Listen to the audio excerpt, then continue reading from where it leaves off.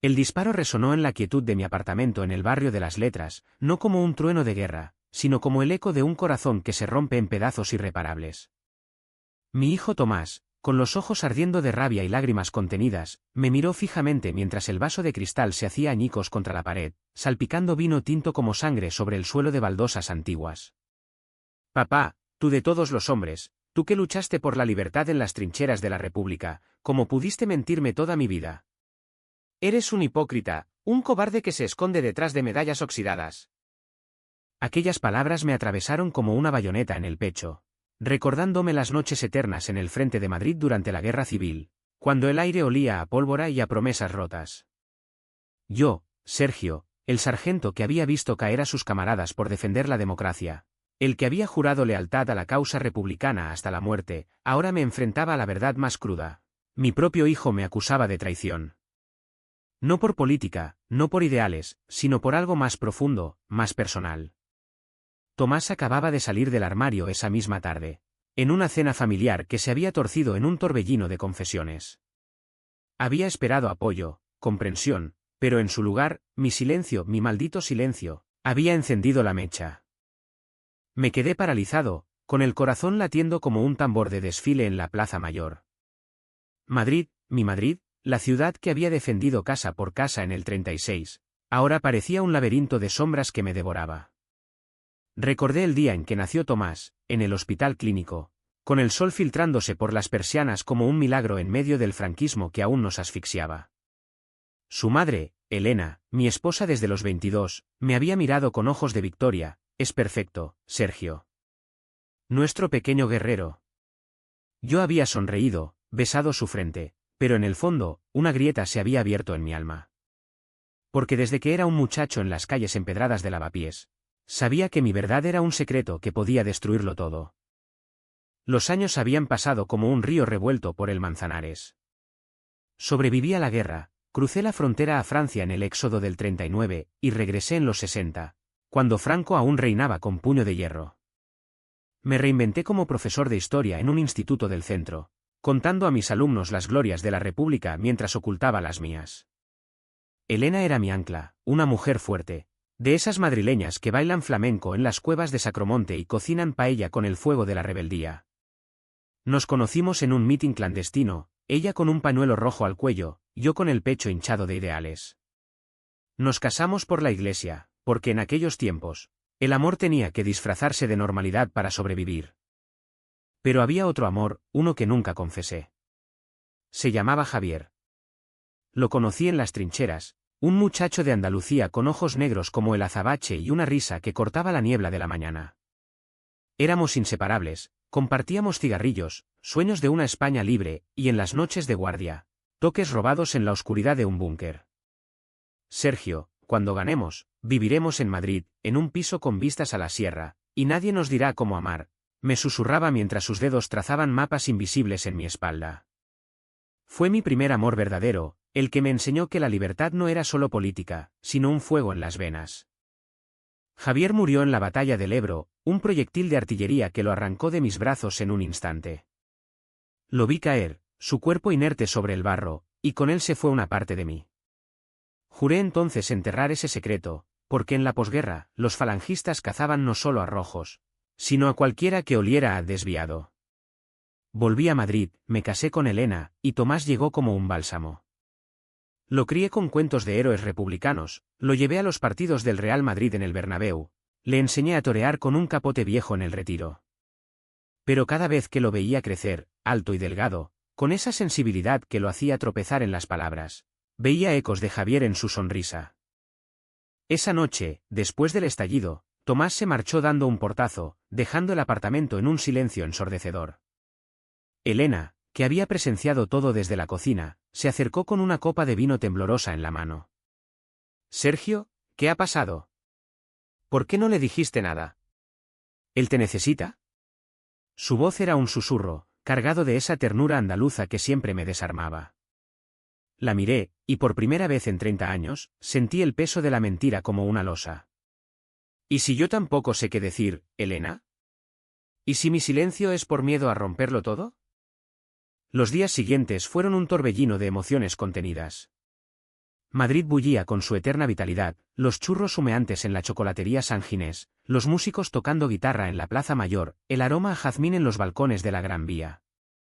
Pero para mí, la ciudad se había convertido en un espejo roto, reflejando fragmentos de mi vida no vivida. Intenté contactar a Tomás, mensajes en el móvil que quedaban sin respuesta, llamadas que caían en el buzón. Él se había refugiado en casa de su mejor amigo, un chico de origen marroquí llamado Karim, en el barrio de Usera. Sabía que allí, entre kebabs y risas compartidas, Tomás intentaba recomponerse. Una tarde, mientras caminaba por el Paseo del Prado, con el Museo del Prado a mi izquierda y el recuerdo de las noches robadas con Javier en la Cibeles, recibí una llamada de mi hermana Carmen. Ella, que había emigrado a Barcelona en los 70, siempre había sido mi confidente. «Hermano», Tomás me escribió. «Dice que tú. Que no lo aceptas. ¿Es verdad? Tú, que luchaste por la igualdad, ¿vas a fallarle a tu hijo?» Sus palabras me golpearon como un mazazo. Me detuve frente al Retiro, donde los patos nadaban indiferentes en el estanque, y por primera vez, las lágrimas rodaron por mis mejillas. ¿Cómo explicarle a Carmen que mi rechazo no era hacia Tomás, sino hacia el monstruo que yo mismo había creado en mi interior? Aquella noche, solo en el apartamento, saqué del cajón del escritorio una foto amarillenta, Javier y yo, jóvenes y sonrientes, con uniformes raídos, en una trinchera improvisada. La había guardado como un talismán, un secreto que me quemaba las manos. La besé, y en ese gesto, juré que no dejaría que la historia se repitiera. Al día siguiente, busqué a Tomás. Lo encontré en un café de Malasaña, rodeado de amigos del colectivo LGTB, riendo con esa fuerza que solo tienen los que han tocado fondo y han decidido nadar. «Tomás», le dije, con la voz ronca por la emoción. Él se volvió, su rostro endurecido por el dolor. «Papá. ¿Qué haces aquí?» Me senté frente a él, ignorando las miradas curiosas. «Hijo, no vine a juzgarte. Vine a confesarme». Y entonces, con el corazón en la garganta, le conté todo, sobre Javier, sobre las trincheras, sobre el amor que la guerra me robó y que yo había enterrado por miedo. Sus ojos se abrieron como platos, y por un momento, el café pareció detenerse. «Papá. Tú». Asentí, y el mundo se inclinó. Pero no fue el final. Fue el comienzo de una tormenta mayor. Elena, al enterarse esa misma noche, me confrontó en la cocina, con el delantal aún puesto después de preparar el cocido madrileño. «¿Por qué nunca me lo dijiste, Sergio? Todos estos años, ¿has estado viviendo una mentira?» Su voz temblaba, no de ira, sino de una tristeza profunda que me partió el alma. «Te amé, Elena. Te amo. Pero Javier fue mi verdad primera, y Tomás. Tomás es la razón por la que debo vivirla ahora». Ella lloró, y yo con ella, mientras la lluvia azotaba las ventanas de nuestro piso en la calle Huertas. Los días que siguieron a esa confesión fueron como un vendaval en la sierra de Guadarrama, impredecibles, furiosos, y cargados de una belleza salvaje que dolía en el alma. Elena se mudó temporalmente a casa de su hermana en Vallecas, dejando el apartamento en un vacío que resonaba con los fantasmas de mi pasado. Madrid, con su pulso incansable, parecía burlarse de mí, las parejas paseando de la mano por el sol, los ancianos jugando al dominó en las plazas, recordándome lo que nunca había tenido del todo. Tomás, por su parte, se acercó más, pero con una cautela que me hería como una espina. «Papá, entiendo tu silencio ahora. Pero duele igual. Duele saber que te escondiste, que me criaste temiendo ser como tú». Salíamos juntos por las noches, explorando los rincones que yo le había enseñado a amar de niño, pero ahora con una intimidad nueva. Fuimos al mercado de San Miguel, donde devoramos gambas al ajillo entre risas nerviosas, y él me contó sobre su primer beso, robado en un callejón de Chueca con un chico llamado Miguel, un estudiante de bellas artes con tatuajes que contaban historias de exilio. «Fue aterrador, papá. Pensé en ti, en cómo me habías advertido de las tentaciones de la ciudad». «¿Era eso? ¿Tu forma de protegerme o de alejarme?» Sus palabras eran dagas, pero las aceptaba, porque el arrepentimiento era mi penitencia. En medio de esa frágil reconciliación, surgió el primer conflicto real, mi viejo amigo de la guerra, Ramón, un falangista redimido que había cambiado de bando en los 40 y ahora dirigía una asociación de veteranos. En el Ateneo de Madrid. Me invitó a una cena de aniversario de la Transición, un evento pomposo en un salón con retratos de reyes y banderas ondeantes. Sergio, viejo amigo, ven. Honraremos a los caídos, sin rencores. Acepté, pensando en cerrar heridas, pero Tomás se enteró y explotó. No irás. Esos tipos te traicionaron en la guerra, papá. ¿Y ahora, vas a sentarte con ellos mientras yo lucho por mi lugar en esta España tuya? La discusión fue feroz, en el salón de nuestro piso, con las luces tenues de las farolas de la calle filtrándose como testigos mudos. Tomás, la paz cuesta sacrificios. Yo luché para que pudiéramos olvidar, para que esta ciudad no sangrara más. Él se levantó, furioso, golpeando la mesa con el puño. ¿Olvidar? ¿Eso es lo que hiciste con Javier? Lo olvidaste para encajar en su mundo. Sus palabras me paralizaron. ¿Cómo sabía tanto? Había leído mis cartas, las que guardaba en una caja bajo la cama, reliquias de trincheras que olían a tinta y a humo. Esa noche, solo, releí esas cartas. Javier escribía con una pasión que ahora me avergonzaba haber ignorado: Sergio, mi amor, sueña conmigo en las estrellas de la sierra. Cuando volvamos, bailaremos sardanas en las plazas, libres al fin. Lágrimas salpicaron el papel, y juré que no más mentiras. Al día siguiente, cancelé la cena con Ramón y llevé a Tomás a Chueca, el barrio que palpitaba con banderas arcoíris y música de cabaret. Entramos en un bar llamado La Cama, donde drag queens cantaban boleros con voces roncas. Bailamos, sí, bailamos, torpes al principio, pero con una liberación que me hizo sentir vivo por primera vez en décadas. Sin embargo, la tormenta no amainó. Elena regresó una semana después, con maletas en mano y una expresión que mezclaba dolor y determinación. Sergio, he pensado mucho. Te quiero, pero no como antes. No puedo ser tu escudo contra el mundo. Me extendió los papeles del divorcio, firmados con una caligrafía temblorosa. El apartamento, que había sido nuestro refugio durante 30 años, se convirtió en un campo de minas emocionales. Tomás, al enterarse, me culpó: la has perdido por tu cobardía, papá. Si hubieras sido honesto desde el principio. Sus acusaciones eran justas, y cada una cavaba un pozo más profundo en mi pecho. En busca de respuestas, visité la tumba de Javier en el cementerio de la Almudena, un lugar de cipreses altos y lápidas erosionadas por el viento. Me senté en el suelo húmedo, con una botella de Ribera del Duero a medio beber, y hablé con él como si estuviera vivo. Javi, ¿qué habrías hecho? ¿Habrías salido, arriesgándolo todo por un beso?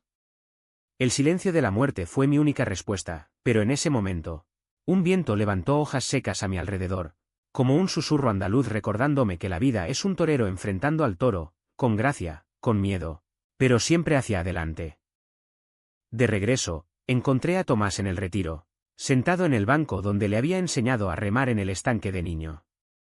Papá, lo siento. No es tu culpa sola. Mamá y yo hemos hablado. Ella siempre supo algo, ¿sabes? Decía que tus ojos se perdían cuando mirabas las fotos antiguas. Me abrazó, y en ese gesto, sentí el primer hilo de tejado sobre mi cabeza destrozada. Pero el destino, caprichoso como una saeta en la feria de abril, tenía más giros preparados. Una carta llegó por correo, con el sello del Ateneo. Ramón, herido por mi ausencia, había descubierto mis secretos a través de chismes de veteranos. Sergio, si no vienes a la cena, contaré todo. Tu hijo no merece un padre con manchas en el historial.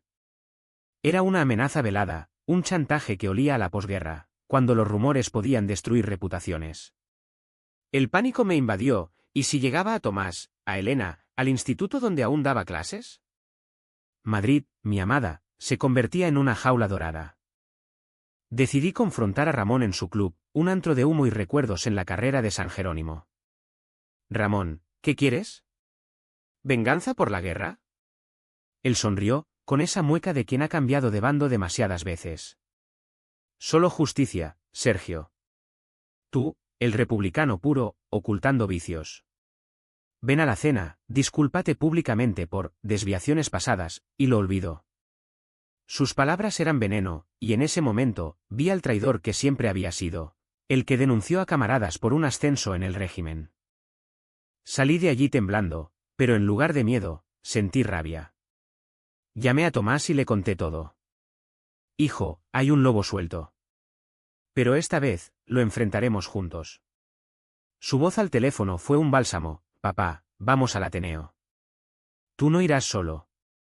Planeamos nuestra contraofensiva, pero en el fondo, sabía que esto era más que un chantaje, era el clímax de mis mentiras acumuladas, listo para estallar como una granada en las calles de mi Madrid.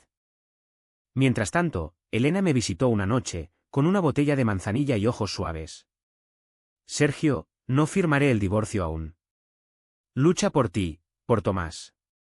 Yo. Te esperaré, no como esposa, sino como amiga. Sus palabras fueron un rayo de sol en la tormenta, recordándome que el amor, en su forma más pura, trasciende las etiquetas. Pero el reloj tic-tacaba hacia la cena, y con él, el riesgo de que mi verdad, nuestra verdad, se convirtiera en escándalo. La noche de la cena en el Ateneo fue como una corrida en las ventas, el aire cargado de tensión, el público expectante, y yo, el torero, con el capote en mano pero el corazón expuesto. Madrid relucía fuera, con las luces de la Puerta del Sol parpadeando como estrellas caídas. Pero dentro de aquellos salones de mármol y bustos de próceres, el pasado me acechaba como un toro enfurecido. Tomás insistió en acompañarme, vestido con una camisa blanca impecable que contrastaba con su expresión desafiante. Papá, si esto es tu guerra, la peleamos codo a codo, como en el Ebro. Entramos tomados del brazo, ignorando las miradas sesgadas de los veteranos, hombres de mi edad, con medallas relucientes y almas curtidas por el exilio o la represión. Ramón nos vio llegar y su sonrisa se torció en una mueca de sorpresa. Sergio, has traído refuerzos. El chico sabe. Tomás lo interrumpió con una frialdad que me enorgulleció. Sé todo, señor. Y más. Mi padre luchó por libertades que usted pisoteó. El salón se silenció, copas de cava suspendidas en el aire. El discurso principal fue un monólogo empalagoso sobre la reconciliación, pronunciado por un político de bigote canoso que evocaba a Fraga. Cuando llegó mi turno, impuesto por Ramón, subí al podio con las piernas de plomo. Miré a la multitud, rostros familiares de la posguerra, algunos aliados, otros verdugos disfrazados de amigos. Señores, comencé, con la voz que usaba en las aulas para cautivar a los alumnos, hoy honramos a los caídos. Pero la verdadera libertad no es olvidar, es enfrentar. Yo luché en las trincheras por una España donde nadie tuviera que esconderse. Hice una pausa, y el silencio fue ensordecedor. Tomás, desde la primera fila, asintió imperceptiblemente. Por una España donde el amor no sea un crimen, donde un hombre pueda amar a otro hombre sin balas ni cárceles. Porque yo, Sergio López, amé así. Amé a Javier en la guerra, y lo perdí no por el enemigo, sino por el miedo que todos compartimos. Un murmullo se levantó como una ola, pero continué, y ahora, mi hijo Tomás me enseña que es hora de vivir esa verdad. No por escándalo, sino por justicia. El caos estalló. Ramón se puso en pie, rojo de ira. Mentirosos. Esto es una afrenta. Algunos aplaudieron, otros gritaron insultos que olían a los años oscuros. Maricón republicano. Tomás saltó al podio, abrazándome con fuerza. Mi padre es un héroe. Luchó por ustedes, y ahora los desafía a ser humanos. Salimos entre el tumulto, con flashes de móviles capturando el momento, y el corazón latiéndome como un tambor de pasodoble. Fuera, en la noche madrileña, el aire fresco nos golpeó como una bendición. Tomás lloraba de orgullo, y yo, por primera vez, sentí alas en lugar de cadenas. Pero el alivio duró poco. Al día siguiente, los periódicos sensacionalistas, esos buitres de la prensa rosa, titularon: Veterano de la guerra civil confiesa homosexualidad en escándalo del Ateneo. Mi foto, con Tomás a mi lado, circulaba por las redes, y las llamadas no cesaban, del instituto, exigiendo mi renuncia, de vecinos chismosos en el bloque, incluso de Carmen, horrorizada pero solidaria. Elena fue la primera en llegar, con un ramo de flores de la Plaza de las Flores. Sergio, lo vi en las noticias. Eres valiente, más que en la guerra. Me besó la mejilla, un gesto fraternal que sellaba nuestro nuevo pacto. Pero el verdadero golpe vino de Tomás. Esa noche, me confesó su propio secreto. Papá, hay algo más. Miguel. No es solo un beso. Estamos enamorados, pero él tiene problemas. Su familia es de un pueblo conservador en Castilla, y amenazan con desheredarlo si no rompe conmigo. Sus ojos, idénticos a los de Javier, brillaban con un dolor que reconocía demasiado bien. El conflicto se profundizó cuando Miguel apareció en nuestra puerta. Un chico de 23 años con el pelo revuelto y una mochila al hombro. Señor López, no sé qué hacer. Mi padre dice que soy una vergüenza, que arruinaré el nombre familiar. Lo invité a pasar, y alrededor de una mesa con tortilla de patatas y vino de La Rioja, compartimos historias. Le conté de Javier, de las noches en que el amor era un susurro contra el rugido de los cañones. Miguel, la familia no es sangre sola. Es elección. Y Tomás te ha elegido. Pero el destino, cruel como un banderillero, intervino de nuevo. Ramón, no contento con el escándalo, filtró cartas falsas o tal vez reales, quién sabe, a la prensa, alegando que mi desviación era una traición durante la guerra. Sergio colaboró con el enemigo por favores, decían los titulares, reviviendo fantasmas que creía enterrados. El instituto me suspendió, y Tomás, herido por asociación, perdió una beca en la universidad por presiones sutiles de donantes conservadores. La traición me consumía. Confronté a Ramón en un parque cerca de la Cibeles, bajo la lluvia torrencial que lavaba las calles como lágrimas divinas. Bastardo. ¿Por qué? ¿Tanto odias lo que no entiendes? Él se rió, amargado, porque tú representas todo lo que perdí, Sergio. Mi hermano murió en el Ebro, luchando contra ti. Y ahora, honras a un marica. Sus palabras revelaron su propio abismo, un hombre roto por la guerra, proyectando su odio en mí. En ese clímax de furia, lo empujé contra un banco, y por un instante, vi el reflejo de las trincheras en sus ojos. Pero Tomás llegó corriendo, alertado por un mensaje mío. Papá, detente. No seas como ellos. Me separó, y en su abrazo, Ramón se derrumbó, confesando, perdóname. Mi odio es mi cárcel. Fue un momento de redención inesperada, bajo la estatua de la diosa, con el agua empapándonos como un bautismo. Sin embargo, el daño estaba hecho. Elena propuso que nos mudáramos temporalmente a su casa en Vallecas, para escapar del escrutinio. Tomás y Miguel se unieron, formando un cuarteto improbable de almas heridas. Allá, en las calles obreras con grafitis de la transición, cocinábamos juntos, reíamos con anécdotas de la movida madrileña, y planeábamos el futuro. Pero el caos personal llegó una noche, cuando Tomás me encontró llorando en el balcón, con la foto de Javier en la mano. ¿Por qué ahora, hijo? ¿Por qué tu salida me obliga a esto?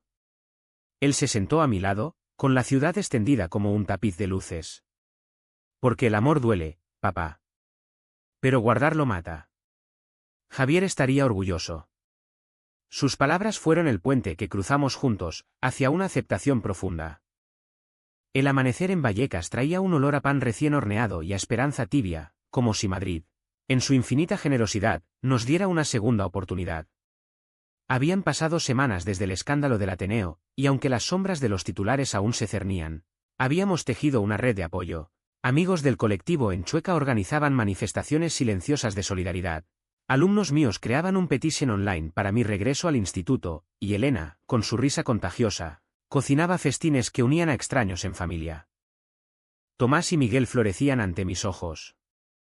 Los veía en el salón, planeando un viaje a Barcelona para el Pride, con mapas extendidos y sueños de igualdad.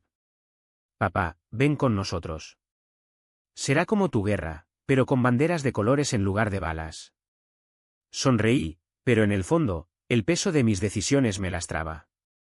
El divorcio con Elena se finalizó en un juzgado discreto de la Plaza de Castilla, un papel que liberaba pero también hería. Somos libres ahora, Sergio, me dijo ella, con un abrazo que sabía a despedida dulce. Ve y vive por Javier, por Tomás, por ti. Mi propia verdad emergió en oleadas. Un día, contacté a un grupo de veteranos LGTB, un círculo secreto en un bar de Malasaña llamado El Vitriol, donde hombres como yo compartían cigarros y confesiones.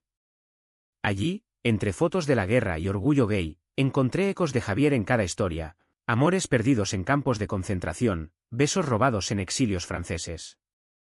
Sergio, tu salida es nuestra victoria, me dijo un viejo andaluz con voz de ronquera flamenca. Por primera vez, bailé sin pudor, un tango torpe que me llevó de vuelta a las trincheras, pero ahora con luz. Sin embargo, no todo fue rosa. Ramón, redimido a medias, me envió una carta de disculpa, adjuntando la verdadera historia de su hermano, un desertor que había muerto por cobardía, no por heroísmo. Tu verdad me obligó a ver la mía, Sergio. Perdóname. La quemé en el retiro, viendo las cenizas volar como promesas cumplidas. Pero el conflicto más profundo vino de Tomás. Una noche, Miguel recibió una llamada de su familia, exigiendo su regreso o el corte definitivo. No iré, gritó, pero el miedo lo carcomía. Fui testigo de su crisis en el estanque del parque, donde Tomás lo consolaba con palabras que yo le había enseñado. Miguel, el amor es la república del corazón, defiéndelo con uñas y dientes. Inspirado, escribí una carta abierta en el periódico local, El País, titulada De las trincheras al armario, una historia de libertad. En ella, narré mi viaje, honrando a Javier y a Tomás, llamando a la España de hoy a no repetir los errores del ayer. Se volvió viral, no sin controversia, foros conservadores me tildaron de viejo degenerado, pero también atrajo aliados. El alcalde de Madrid nos invitó a un acto en el ayuntamiento, y mi instituto me reinstauró con honores. El cao-trao final llegó inesperado, como un rayo en cielo sereno. Durante el Pride de Madrid, con el desfile serpenteando por Gran Vía en un mar de colores, Tomás y Miguel desfilaron de la mano, pero en medio del júbilo, un grupo de ultraderechistas, ecos del pasado franquista, irrumpió con gritos y pancartas. ¡Fuera maricones! El pánico se extendió, pero yo, con el instinto de las trincheras, me interpuse. ¡Basta! Esta es nuestra Madrid, ganada con sangre por todos. Tomás me miró con orgullo, y juntos, con la multitud, cantamos el himno republicano adaptado, libertad, amor, sin cadenas. La policía intervino, y el incidente se convirtió en noticia nacional, pero no de derrota, sino de triunfo. Ramón, sorprendentemente, testificó en favor nuestro, revelando sus propios secretos. Yo también perdí a alguien en la guerra, no a un hermano, sino a un amante. Su confesión fue el cierre poético, un puente entre enemigos que el tiempo había forjado. Meses después, el apartamento en Huertas volvió a la vida, ahora compartido con Tomás y Miguel. Elena visitaba con frecuencia, trayendo paellas y chismes de Vallecas. Enseñaba clases con una pasión renovada, contando no solo la historia política, sino la humana. Amores prohibidos, verdades ocultas. Una tarde, en el balcón, con la Puerta del Sol bullendo abajo, Tomás me abrazó. Papá, luchaste por la libertad, y ahora la vives. Javier estaría bailando flamenco en el cielo. Miré al horizonte, donde la sierra se teñía de oro, y supe que el final no era trágico, sino humanamente perfecto, un hombre roto, recompuesto por el amor de un hijo. Madrid, mi eterna amante, me susurraba que la verdad, aunque tarde, siempre llega con alas. Y en ese susurro, encontré paz.